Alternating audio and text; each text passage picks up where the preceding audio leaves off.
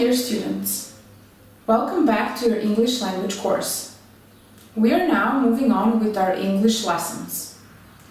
Let's talk a little bit about what you do in your free time. For example, many people like to read in their free time. Many people like to spend time with their friends, to do sports or just relax at home. But some people like to go to the cinema or to the theater.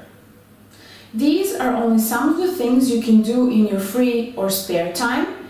We can use both terms to talk about the activities we do for ourselves. You will now listen to a few people talking about what they do in their free time. Focus on your listening. My name is Melissa. I'm 27 years old and I'm living with my boyfriend right now. We both work in an IT company, so we are usually busy every day. We like spending time with each other, but we rarely have the time. During the week, we just fall asleep as soon as we get home and have dinner, usually around 11 p.m. We are always free on weekends, so we always have some free time activities planned. We go to the cinema every other week, and we try to do some sports when we are not going to the cinema. We both enjoy watching new films, so this is a great free time activity.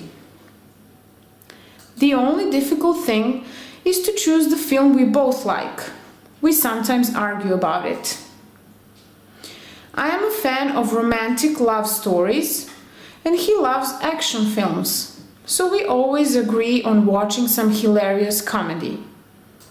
But at least we are not giving up on our weekend fun. According to some recent studies, millions of British children are culturally starved because they don't go to art galleries, theaters, or museums.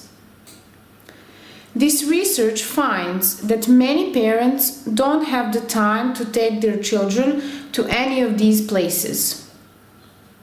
What is more, the parents say that they believe their children wouldn't be interested in going to the theater or a museum. But whose fault is this? Are the children guilty because they aren't interested in cultural activities? Or are the parents to blame for not giving a good example to the ones who look up to them? It is said that very few people go to the theater nowadays. Some say the tickets are too expensive, and some say they don't have the time or patience to watch a play. They would rather relax at home with a slice of pizza in front of the TV. It is sad to hear that less and less young people go to the theater or even read books.